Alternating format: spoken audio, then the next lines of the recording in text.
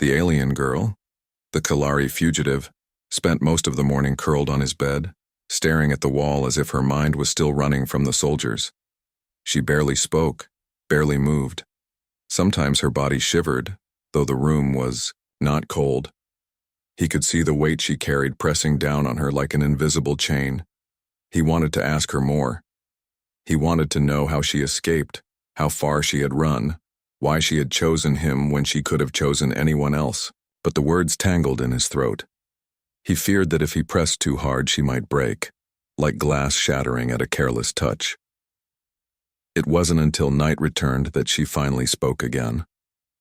The room was dark, lit only by the faint glow of the city lamps beyond the cracked blinds.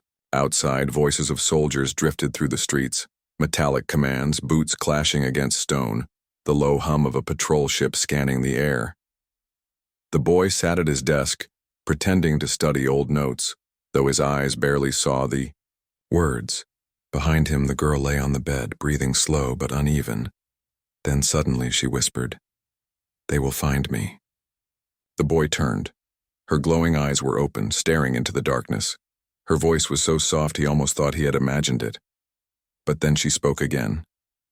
"They will find me," she repeated, her lips trembling, "and they will tear me apart." His chest tightened. He wanted to tell her it wasn't true, but he knew she believed it, and if her own kind were hunting her, maybe it was true. "Why?" he asked finally. His voice came out rough, quieter than he meant. "Why would they kill you? You're one of them." Her gaze drifted to him. The silver of her eyes shimmered, with sorrow. "I am not one of them anymore," she said. The boy frowned. "You're Chalari. That's enough." She shook her head, strands of pale hair falling across her face. "No, it is not enough. To them I am dirt. I am a shame they must erase." The boy said nothing. The room grew heavier. Outside, the sound of laughter from soldiers echoed, harsh and cruel. She flinched at the sound, curling tighter into the blanket. After a long pause, her voice cracked again. "I watched them burn a village. I saw humans scream as fire swallowed their homes. I saw soldiers laughing as children cried. I told them to stop. I begged them." Her voice broke into a sob, though she tried to hold it back. "But they only mocked me. They said mercy was weakness. They said compassion was poison. And when I refused to watch more, they turned on me." The boy's heart pounded. He remembered the flames too. He remembered the smell of burning roofs, the cries of neighbors who never returned. And now, sitting in front of him was someone who had witnessed the same, only from the other side of the line. "I thought they would listen," she whispered. "I thought maybe if one voice spoke it could change something, but I was wrong. I was so wrong." Her hands shook as she buried her face in them. The boy stared, torn between anger and pity. She was still Chalari. Her people had taken everything from him. Yet here she was, broken, hunted, despised by her own kind. Finally he asked, "Why me? Why this room? You could have gone anywhere." Slowly she lowered her hands. Her glowing eyes locked onto his, steady despite the tears. "Because you are human," she said softly. "And humans, you are the only ones who do not break." The boy's breath caught. "You think we don't break?" he said bitterly. "We break every day. We starve. We lose family. We are beaten, killed, we break." "No," she whispered, shaking her head. "You bend, you bleed, you fall, but then you rise again. Again and again. My people are strong, yes. But we are hollow. When we crack, we shatter. But you—" She reached out suddenly, her hand brushing his arm where the scar lay. Her touch was trembling but full of meaning.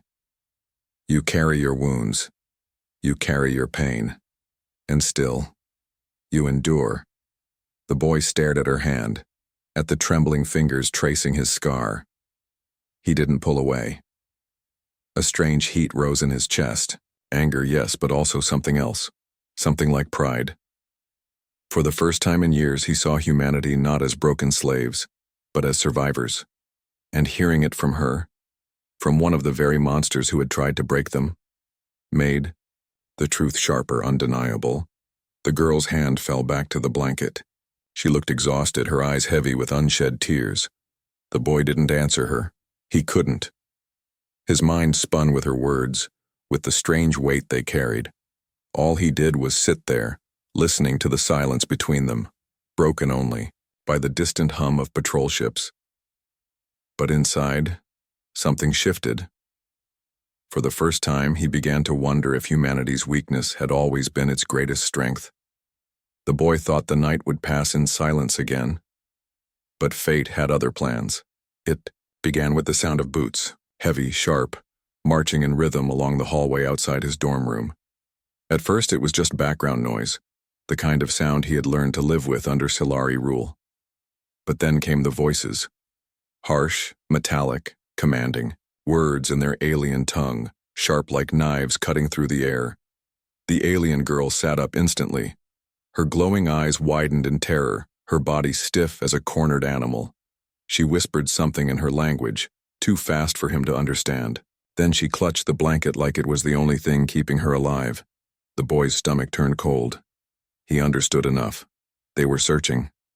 The sound of doors opening and slamming shut echoed closer. Shouts rang down the hall. He could hear the panic in other students' rooms. Furniture scraping, hurried whispers, the silence of people holding their breath as soldiers inspected their homes. The girl crawled closer to him on the bed, her hands shaking as they grabbed his arm. Her face was pale, the silver glow of her skin dimmed by fear. "They are here," she whispered. "They are here for me." His heart raced. He had no weapon, no plan, no way to fight soldiers trained to crush rebellion. But something inside him refused to let them take her. Maybe it was madness, maybe it was instinct, but the decision was already made before he even thought it through. "Lie down," he hissed. "Stay still. Don't make a sound." She froze for a moment, then nodded quickly. She pressed herself against him under the blanket, curling into his chest like a terrified child, her glowing eyes shut tight, her breath shallow.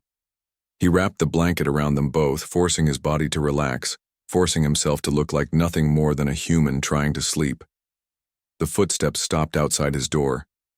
For a second there was silence. Then came the hiss of the lock being forced open. The door swung wide. Light spilled into the room. The boy squinted, letting his eyes flutter open just enough to see shadows moving. The soldiers, tall, armored, their eyes glowing faintly in the dark. Their alien weapons glinted as they stepped inside, scanning the room. The boy forced a groan, rubbing his face like someone rudely awakened. He sat up just slightly, glaring at them with sleepy annoyance. "What do you want?" he muttered in broken Chalari, enough to sound like a slave trying to show annoyance without disrespect. The soldiers scanned the room, their harsh eyes sweeping over every corner. One stepped closer to the bed, and for a moment, the boy's chest tightened. He could feel the alien girl trembling beneath the blanket, her hand clutching his shirt with desperate strength. The soldier's gaze lingered. Then with a grunt he turned away. The search was quick, brutal, careless. They knocked over his chair, tore open his drawer, kicked aside his books. But they found nothing. To them, he was just another human boy in another cramped dorm room, barely worth their time.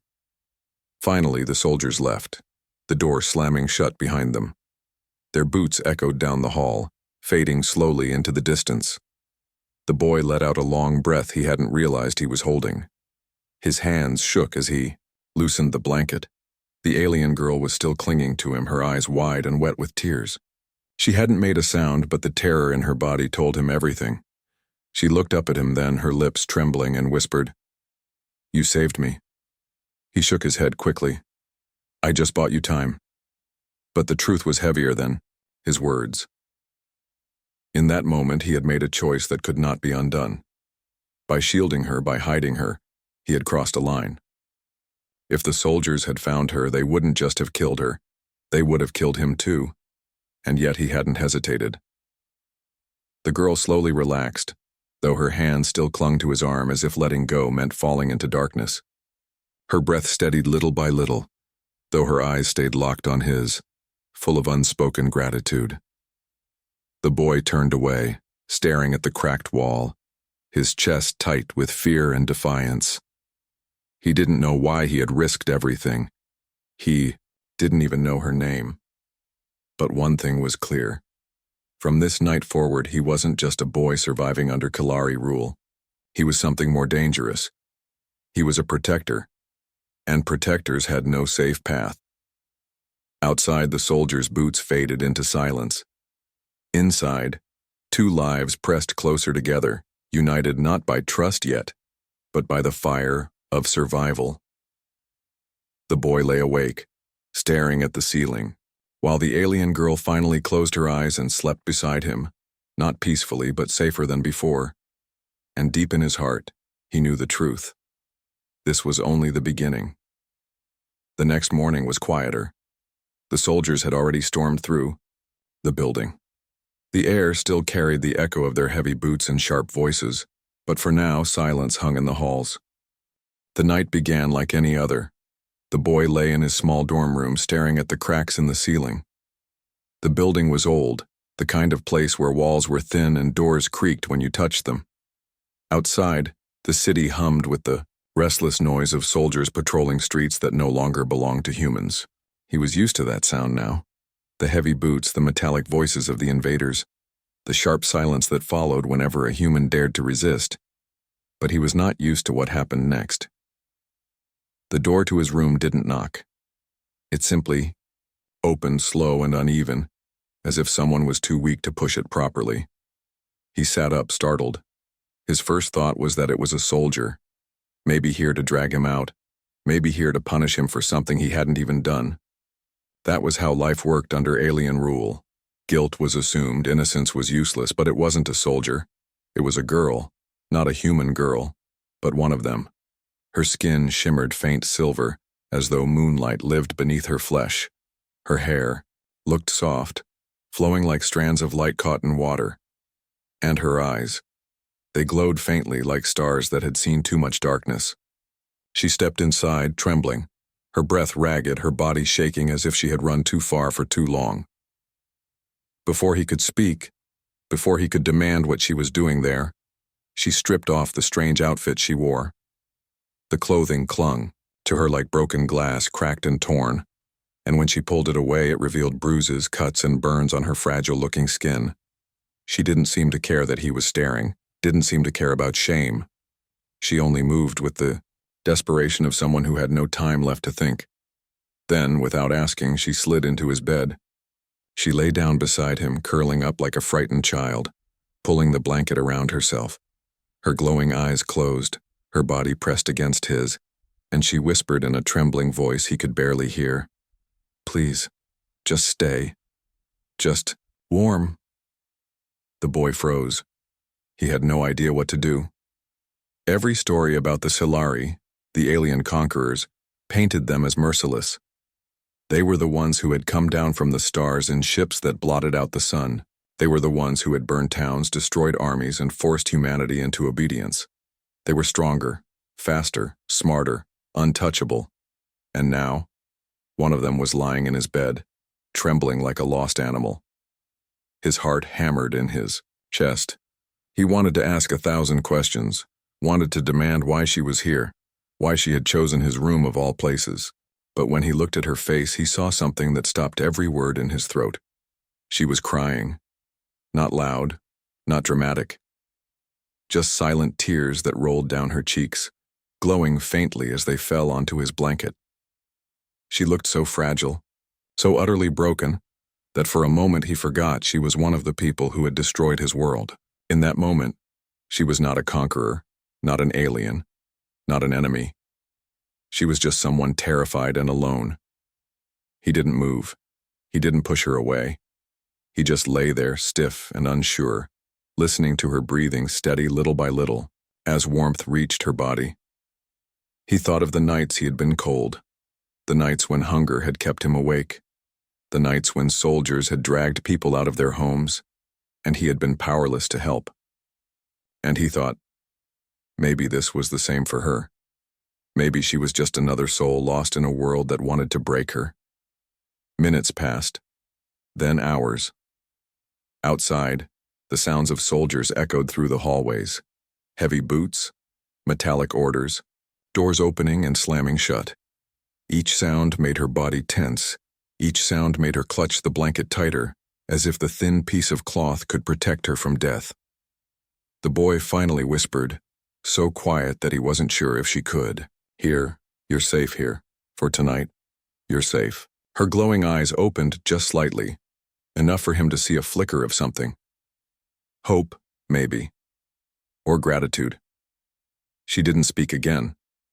She just pressed closer, shivering less now, as if his warmth was enough to remind her she wasn't alone, and, though the boy didn't understand why, though fear still crawled in his chest, he knew one thing with certainty. This night would change everything. Because the alien girl had come into his room, stripped away her fear and her pride, and laid beside him. And with that simple, desperate act, two lives that should never have touched had been tied together. Forever. The boy did not sleep that night. How could he? An alien lay curled up against him, trembling like a child lost in a storm.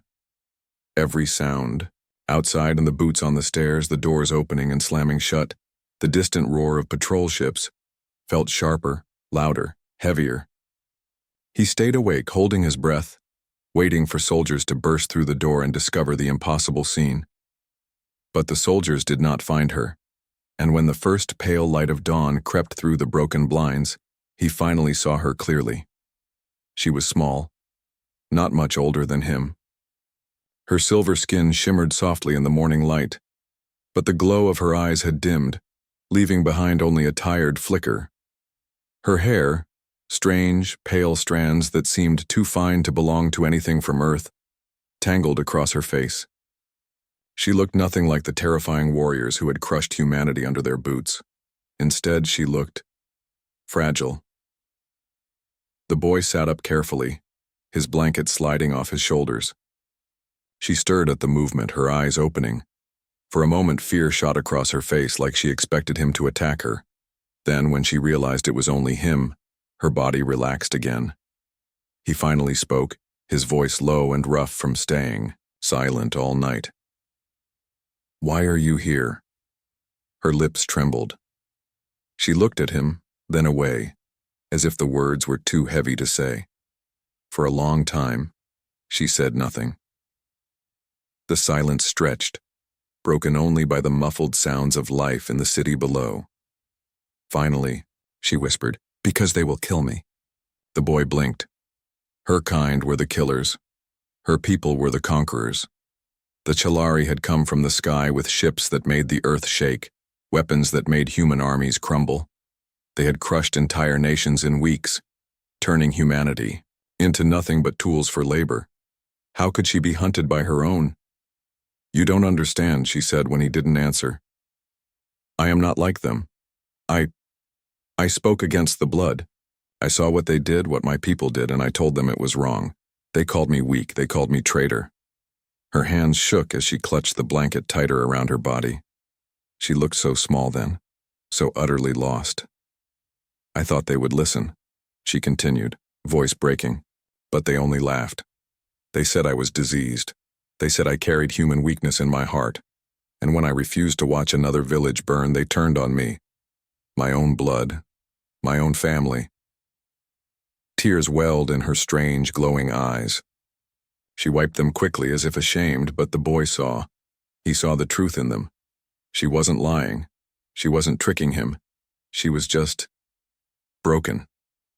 He sat back, struggling to understand. His world had been simple.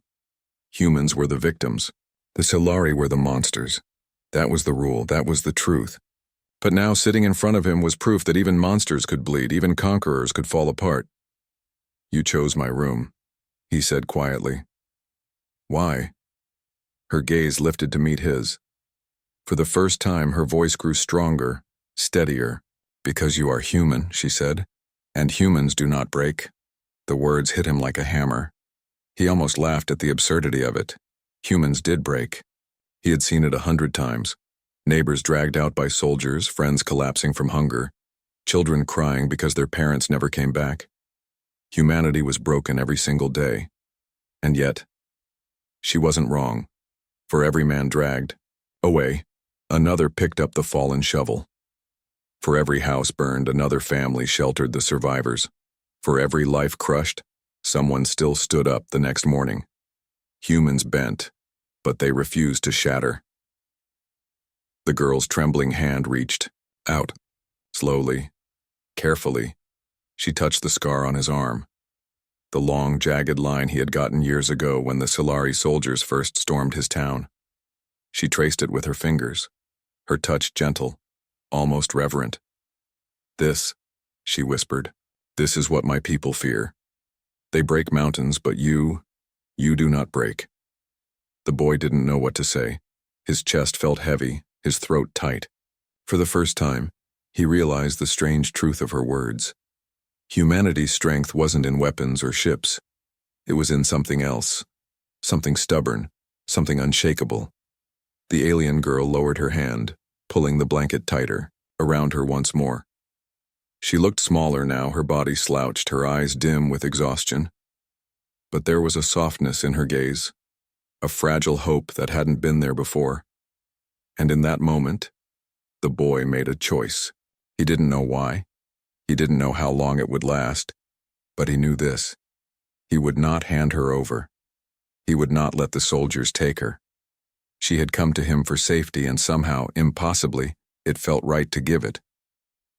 Outside, the city stirred, heavy with the weight of oppression. But inside that small room, something different began. Something fragile. Something dangerous. A human and an alien, sitting side by side in silence, bound together not by trust yet, not by love, but by something far older and far stronger. The need to survive, and the faint, flickering spark of hope. The boy thought the day would bring answers, but it only brought silence.